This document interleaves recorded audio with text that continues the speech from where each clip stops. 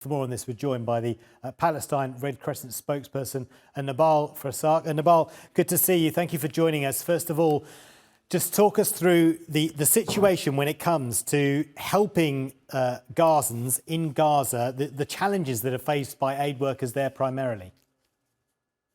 Good evening. Thanks for having me. Definitely, Gaza is the deadliest place for aid workers, where aid workers are being attacked systematically by Israeli occupation forces since the beginning of the war on Gaza. As for the PRCS, we have lost 34 PRCS members in the Gaza Strip. 19 of them were killed while on duty, despite wearing the Red Crescent emblem, which should be protect them. At the World Humanitarian Day, we reiterate our calls for the protection of aid workers and civilians in Gaza under international humanitarian law.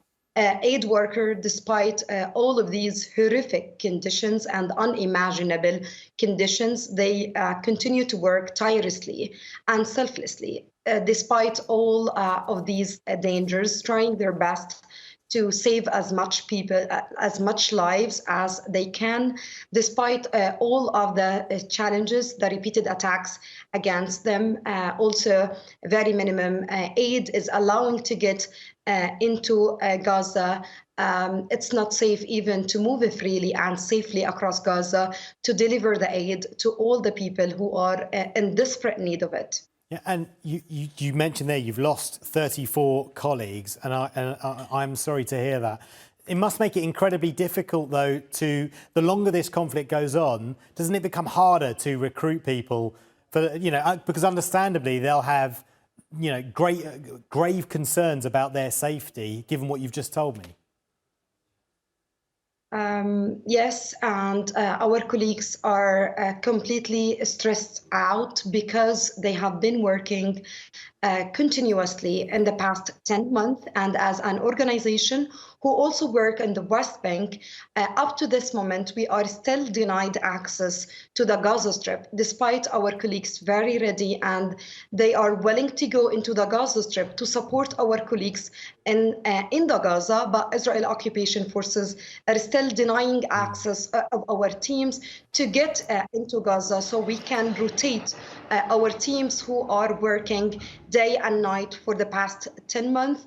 And not only we have lost 34 members, also 34 others were injured while on duty.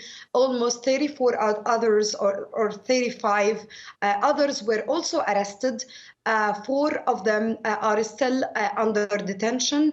They are forcibly disappeared. Up to this moment, their fate is still unknown. There is no information about them. They have been arrested since December, and up to this moment, we don't know anything about them. Their colleagues, their family members are extremely worried about them, especially the testimonies from our released colleagues spoke about mistreatment and torture. Yeah, because they come in to help the people of Gaza, they come in to help people in the West Bank, and they need help themselves. Where does that come from? Our colleagues are as other Gazans, so they are. Most of them are internally displaced. Many of them are living in tents. They faced personal losses. They lost family members, children, and their colleagues. And despite all of these horrific circumstances, they are still doing their best, trying to save as much people as they can. The protection of civilians and aid workers is a must, so we can continue to deliver aid across all of the Gaza Strip. The situation on the ground is unimaginable, and civilians are paying a high price of the continuous war on Gaza. We need protection, and we need to be able to move safely so we can deliver our life-saving services to all the people of Gaza. Now, civilians in Gaza are facing death wherever they are. If they are not going to die because of the airstrikes, they might die because of starvation. If not, they might also die because of the infectious diseases that is spreading rapidly among the displaced communities because of lack of access to food, because they are overcrowded, lacking access to clean water, and living in very, very bad conditions. Listen, I know you're incredibly busy, Nebal, and we really appreciate you taking the time to outline there the situation in Gaza and for your colleagues there. Thank you so much, Nebal Farsakh there from the Palestine Red Crescent.